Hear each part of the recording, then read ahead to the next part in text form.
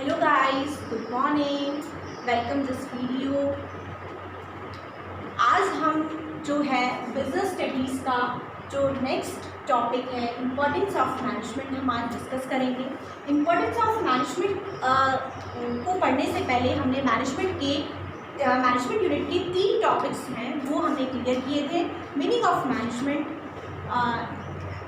Of management, objective of management and characteristics या features of management. आज हम next topic जो है इम्पोर्टेंस ऑफ मैनेजमेंट वो हम आज डिस्कस करने वाले हैं। इम्पोर्टेंस ऑफ मैनेजमेंट, यस, किसी भी ऑर्गेनाइजेशन में मैनेजमेंट करना क्यों ज़रूरी होता है, क्या इम्पोर्टेंस होती है, क्या महत्व होता है, क्या नीड होती है जिसकी वजह से हर एक ऑर्गेनाइजेशन अपने यहाँ मैनेजमेंट करता है। मैनेजमेंट करने के 2 सबसे बड़े रीज़न होते हैं, क्योंकि आज आप देखिए कि इतना जो ऑर्गेनाइजेशन है वो इतना वाइडर हो चुका है, इतने वाइडर हो रहे हैं कि वहाँ पे धीरे धीरे क्या होने लगी है, इम्प्लीमेंटेशन करने में प्रॉब्लम्स आने लगी है, कॉम्प्लेक्सिटी आने लगी है। उन कॉम्प्लेक्सिटी को कम करने के लिए, प्रॉब्लम्स को कम करने के लिए हर एक ऑर्गेनाइजेशन क्या करता है, मैनेजमेंट करता है। तो मैनेजमेंट का पहला रीज़न क्या है? मैनेजमेंट का पहला रीज़न है कि ऑर्गेनाइजेशन इतने वाइडर हो चुके हैं तो उनकी प्रॉब्लम्स या कॉम्प्लेक्सिटी को कम करने के लिए मैनेजमेंट किया जाता है। एंड सेकेंड रीज़न इसका है कि ग्लोबलाइजेशन। आप देख रहे हो कि इतना जो है कंपटीशन बढ़ चुका है कि हर एक फील्ड या हर एक ऑर्गेनाइजेशन को क्या करना पड़ रहा है, अपने जो है कॉम्पिटिटर से फाइट करना पड़ रहा है या उनको फेस करना पड़ रहा है। तो इस कंपटीशन के इन्वायरमेंट में बने रहने के लिए हर एक ऑर्गेनाइजेशन को मैनेजमेंट की रिक्वायरमेंट होती है, इसीलिए हर एक ऑर्गेनाइजेशन को मैनेजमेंट करना ज़रूरी होता है। एक अच्छा मैनेजमेंट यदि ऑर्गेनाइजेशन में किया जाए तो वो ऑर्गेनाइजेशन धीरे धीरे क्या होता है, अपने एम या लक्ष्यों को जो है वो अचीव करता है। इम्पोर्टेंस ऑफ मैनेजमेंट के जो कुछ टॉपिक्स यहाँ दे रखे हैं वो आज हम डिस्कस करेंगे। फर्स्ट जो इसका टॉपिक है फेसिंग कंपटीशन। अभी जस्ट मैंने आपको ये चीज़ बताई है कि यदि आपको अपनी इस कंपटीशन जो कंपटीशन का एनवायरनमेंट है उसमें यदि बने रहना है तो सबसे ज़रूरी है अपने कस्टमर को ज़्यादा से ज़्यादा सेटिस्फाई करें। आप अपने कस्टमर्स को कैसे सेटिस्फाई करोगे या एक ऑर्गेनाइजेशन किस तरीके से कस्टमर को सेटिस्फाई कर सकता है? सबसे ज़रूरी होता है कि कस्टमर्स को बेस्ट क्वालिटी जो है वो उनको अवेलेबल करवाए और सेकेंड उसका जो प्राइस जो हो वो रीज़नेबल प्राइस हो, तभी एक ऑर्गेनाइजेशन जो है वो जो है जो कंपटीशन का एनवायरनमेंट है उसको वो बने रह सकता है, उसको वो फेस कर सकता है। तो उसको कंपटीशन को फेस करने के लिए ऑर्गेनाइजेशन को मैनेजमेंट करने की ज़रूरत होती है। नेक्स्ट पॉइंट है इसका development of resources. Development of resources means होता है कि कोई भी ऑर्गेनाइजेशन है बिना रिसोर्सेज के जो है वो काम नहीं कर सकता, एक्टिविटी नहीं कर सकता, रन नहीं कर सकता, क्योंकि किसी भी ऑर्गेनाइजेशन को चलाने के लिए रिसोर्सेज की रिक्वायरमेंट होती है। तो रिसोर्सेज का डेवलपमेंट, रिसोर्सेज यानी 5M मीन्स मेन, फर्स्ट है main, second material, third money, fourth machine and fifth जो है वो मिनट्स। इनके बिना कोई ये जो रिसोर्सेज हैं इनके बिना कोई भी ऑर्गेनाइजेशन जो है वो जो है अपना वर्क या एक्टिविटी या टास्क जो है वो नहीं कर सकता, अपने कार्यों को पूरा नहीं कर सकता। तो इन रिसोर्सेज का डेवलपमेंट करना बहुत ज़रूरी होता है और इनका जो डेवलपमेंट है एक प्रॉपर तरीके से यदि ऑर्गेनाइजेशन में मैनेजमेंट किया जाए तो डेफिनेटली जो है इन रिसोर्सेज को हम डेवलप कर सकते हैं। देखिए आप कि किसी भी ऑर्गेनाइजेशन में जो है मेन या पीपल के बिना, एम्प्लॉयज़ के बिना हम काम नहीं कर सकते हैं। मटीरियल की रॉ मटीरियल, क्योंकि इसके बिना कोई भी ऑर्गेनाइजेशन है वो प्रोडक्शन नहीं कर सकता। मनी इस बिजनेस का एक पार्ट माना जाता है, क्योंकि आज यदि किसी के पास या किसी बिजनेसमैन के पास या किसी ऑर्गेनाइजेशन के पास यदि मनी नहीं होगी या पैसा नहीं होगा, कैपिटल नहीं होगा तो उसके बारे में सोच भी नहीं सकता। तो money is very important resources in organisation. And fourth point machine, plant and machine, इसके बिना हम प्रोडक्शन नहीं कर सकते। एंड देन मिनट, समय। तो ये पांचों रिसोर्सेज जो हैं, ये 5M जो रिसोर्सेज है, इसके बिना जो है वो ऑर्गेनाइजेशन को हम जो है रन नहीं कर सकते या उनके एम को हम जो है अचीव नहीं कर सकते। Next point, appropriate use of resources. केवल रिसोर्सेज का डेवलपमेंट करना ही जो है वहाँ तक सीमित नहीं है, बल्कि इनको किस तरीके से यूज़ किया जाए, किस प्रॉपर तरीके से यूज़ किया जाए, एप्रोप्रिएट तरीके से इन रिसोर्सेज का यूज़ करना जो है उनकी यूज़ करने के लिए मैनेजमेंट की रिक्वायरमेंट होती है। क्योंकि किसी भी काम को यदि जब हम करते हैं, जब हमारा लक्ष्य होता है, जब हमारा एम होता है, तो उसको अचीव करना होता है, तो उसके पहले हम क्या करते हैं, मैनेजमेंट करते हैं। सिस्टमेटिक तरीके से हम कार्य को करने के पहले हम क्या कर लेते हैं कि प्लानिंग कर लेते हैं, मैनेजमेंट कर लेते हैं। तो इसी तरीके से रिसोर्सेज को यूज़ करने का एक एप्रोप्रिएट तरीके से कैसे यूज़ किया जाए वो मैनेजमेंट के थ्रू ही होता है। इसका नेक्स्ट पॉइंट हम बात करते हैं innovation and it's use. Innovation मतलब नयापन लाना, नव प्रवर्तन जिसको हम कहते हैं। हर एक फील्ड में कुछ नया यदि आप लेकर आओगे तभी जो है वहाँ पर हमें सक्सेस मिल सकती है। इसी तरीके से ऑर्गेनाइजेशन या को यदि सक्सेस होना है, कंपटीशन में बने रहना है, अपने कस्टमर्स को ज़्यादा से ज़्यादा सेटिस्फाई करना है, तो उनको क्या करना पड़ेगा, हर बार उनको कुछ नया लेकर आना पड़ेगा, न्यू टेक्नोलॉजी का यूज़ करना होगा। आप देख ही रहे हैं कि आप एग्जाम्पल से समझिए कि लाइक हमारे पास पहले लैंडलाइन फ़ोन नहीं हुआ करते थे, लेकिन जब धीरे धीरे इनका डेवलपमेंट हुआ, कुछ रिसर्च हुए तो लैंडलाइन फ़ोन आए। लैंडलाइन के बाद जो है सेल्यूलर, कॉर्डलेस वगैरह इस टाइप के आए। फिर उसके बाद कीपैड मोबाइल, बहुत सारे इस तरीके से हर बार उनमें कुछ चेंजेस होते हैं। कीपैड के बाद जो है एंड्रॉयड एंड देन स्मार्टफोन, और स्मार्टफोन तो बिल्कुल एज ए मिनी कंप्यूटर के रूप में काम में आता है। तो ये सब क्या है, ये इनोवेशन है, क्योंकि हर एक फील्ड में कंपटीशन है, उनको उसमें बने रहने के लिए कुछ नया लेकर आना पड़ता है और अपने कस्टमर को ज़्यादा से ज़्यादा सेटिस्फाई कर सकते हैं।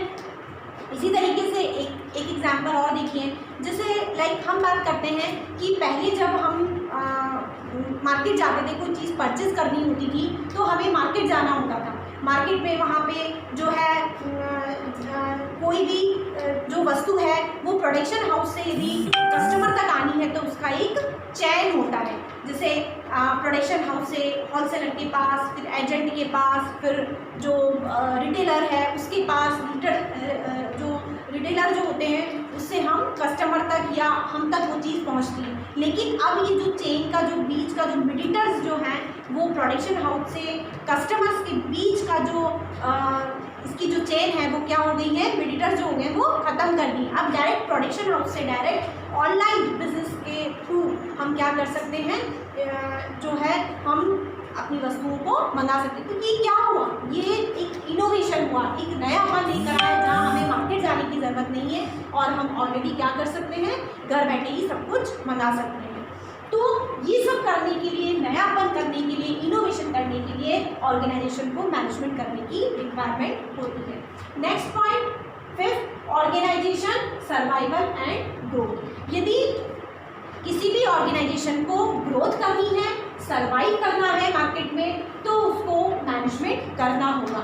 इसके पहले वाले आपने वीडियो में ऑब्जेक्टिव ऑफ मैनेजमेंट में आपने पढ़ा था कि ऑर्गेनाइजेशन के मेन 3 ऑब्जेक्ट होते हैं। पहला survive, then second profit and third growth. ये तीनों आपस में डिपेंड हैं, तीनों निर्भर हैं, तीनों डिपेंड है आपस में। यदि किसी ऑर्गेनाइजेशन का यदि जब वो सर्वाइव करेगा तो वो प्रॉफिट अर्न करेगा, और प्रॉफिट अर्न करेगा तो अपने ऑर्गेनाइजेशन को ग्रोथ कर पाएगा। तो ये सब करने के लिए एक ऑर्गेनाइजेशन को जो है survive, growth and profit earn करने के लिए मैनेजमेंट की रिक्वायरमेंट होती है। Then next point, economic development of the country. Definitely ये है कि आज जो है हमारी कंट्री का इकोनॉमिक डेवलपमेंट करने के लिए भी मैनेजमेंट की रिक्वायरमेंट होती है, क्योंकि किसी भी कंट्री का डेवलपमेंट, इकोनॉमिक जो डेवलपमेंट है वो डिपेंड करता है ऑर्गेनाइजेशन पे।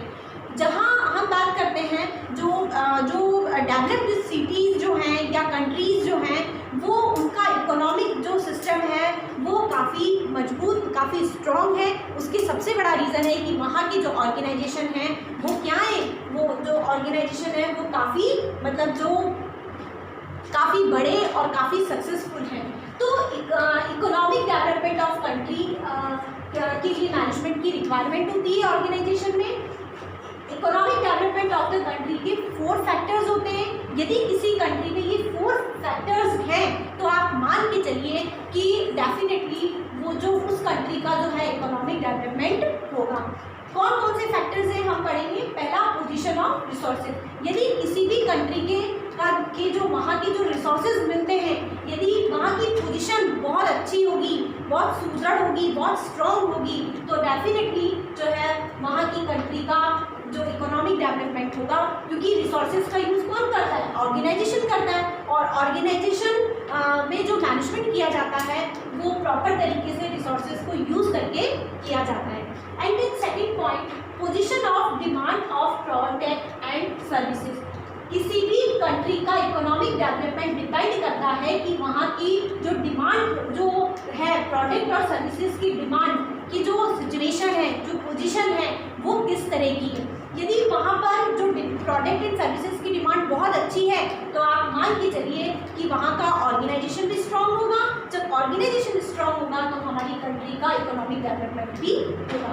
Next point, position of supportive industries.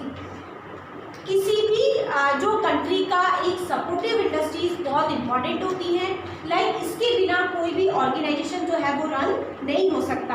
तो वहाँ की जो सिचुएशन है, पोजीशन है, सपोर्टिव इंडस्ट्रीज हैं, जैसे लाइक बीमा, बैंकिंग, हम बोल सकते हैं कम्युनिकेशन, वहाँ के जो ट्रांसपोर्टेशन, ये सारे क्या है, सपोर्टिव इंडस्ट्रीज में आते हैं। अगर ये स्ट्रॉन्ग होंगे तो डेफिनेटली हमारा जो ऑर्गेनाइजेशन है वो स्ट्रॉन्ग होगा, रिसोर्सेज को ज़्यादा से ज़्यादा वो यूज़ करेगा, जिससे हमारी कंट्री का इकोनॉमिक डेवलपमेंट होगा। Next point is position competition among different organisation. कि आप देख लीजिए कि इतना हर एक ऑर्गेनाइजेशन के लिए जो है आपस में इतना कंपटीशन बढ़ चुका है। यदि उस कंपटीशन में बने रहना है तो वहाँ पर जो है मैनेजमेंट करना ज़रूरी होगा। यदि प्रॉपर तरीके से मैनेजमेंट किया जाए तो ऑर्गेनाइजेशन जो है वो उस कंपटीशन के इन्वायरमेंट में बने रहेगा, और यदि वो मजबूत होगा तो हमारी जो ये कंट्री का इकोनॉमिक डेवलपमेंट भी स्ट्रॉन्ग होगा। Next point is importance of management का नेक्स्ट पॉइंट है coordination in different interest groups. Interest groups means like हर एक ऑर्गेनाइजेशन के एक जो इंटरेस्ट ग्रुप्स होते हैं, लाइक हम बात करते हैं सप्लायर्स, एम्प्लॉय, कस्टमर्स, गवर्नमेंट, ये सारे जो हैं वो क्या हैं, हमारी एक ऑर्गेनाइजेशन के या इंडस्ट्रीज़ के हम कह सकते हैं डिफरेंट टाइप्स के जो है इंटरेस्ट ग्रुप्स हैं। इनका सबका इसमें क्या होता है, इंटरेस्ट होता है, एक अपना जो है इंटरेस्ट होता है। हर एक व्यक्ति चाहता है ऑर्गेनाइजेशन के लिए जब वो काम करता है तो हर एक व्यक्ति उनसे अपेक्षाएं रखता है। क्या अपेक्षाएं रखता है, कस्टमर ऑर्गेनाइजेशन से जो है वो अपेक्षा रखता है कि हमें वो गुड क्वालिटी और रीजनेबल प्राइस पे वो चीज़ हमें अवेलेबल करवाएं। एक एम्प्लॉय जो है वो अपनी ऑर्गेनाइजेशन से ये अपेक्षा रखता है कि हमें जो सैलरी एंड बोनस जो दिए जाते हैं जो वो क्या दें हमें, मतलब ज़्यादा दें हमें, जिससे हम काम करने के लिए और जो है मोटिवेट हों। नेक्स्ट, गवर्नमेंट जो है वो अपेक्षा रखती है अपने ऑर्गेनाइजेशन के लिए कि हमें ज़्यादा वो टैक्स दे। तो हर जो है इनमें कोऑर्डिनेशन जो है बिठाना बहुत ज़रूरी होता है, और इनके कोऑर्डिनेशन के लिए हर एक ऑर्गेनाइजेशन को मैनेजमेंट करना ज़रूरी होता है। Next point, importance of management का स्टेबिलिटी सोसाइटी। सोसाइटी में यदि स्टेबिलिटी लेकर आनी है, स्थिरता लेकर आनी है, तो उसके लिए जो है मैनेजमेंट की रिक्वायरमेंट होती है ऑर्गेनाइजेशन में। क्योंकि हम जब अपनी सोसाइटी और कोई भी ऑर्गेनाइजेशन जब सोसाइटी के लिए कुछ नया लेकर आता है तो नएपन को अपनाने के लिए सोसाइटी धीरे धीरे वो यूज टू होता है, और यूज टू होने के लिए या उनको करने के लिए या जो पुरानी टेक्नोलॉजी है उनको मतलब कम करने के लिए या कुछ नई टेक्नोलॉजी के अपनाने के लिए हम जो हमारे जो सोसाइटी है उनको हम क्या करते हैं, धीरे धीरे मोटिवेट करते हैं। और ये सब करने के लिए हर एक ऑर्गेनाइजेशन को जो है मैनेजमेंट करने की रिक्वायरमेंट होती है। तो आपने अभी देखा कि इम्पोर्टेंस ऑफ मैनेजमेंट अभी आपने पढ़े, उसके आपने 8 पॉइंट्स जो हैं वो डिस्कस किए हैं। उसमें सबसे पहले आप दोबारा देख लीजिए, facing competition, then second development of resources, third appropriate use of resources, fourth innovation in its use, fifth organisation survival and growth, and sixth economic development of the country, and fourth coordination in different interest groups, and eighth stability in society। तो इन सब को करने के लिए एक organisation को management करने की रिक्वायरमेंट होती है। Thank you.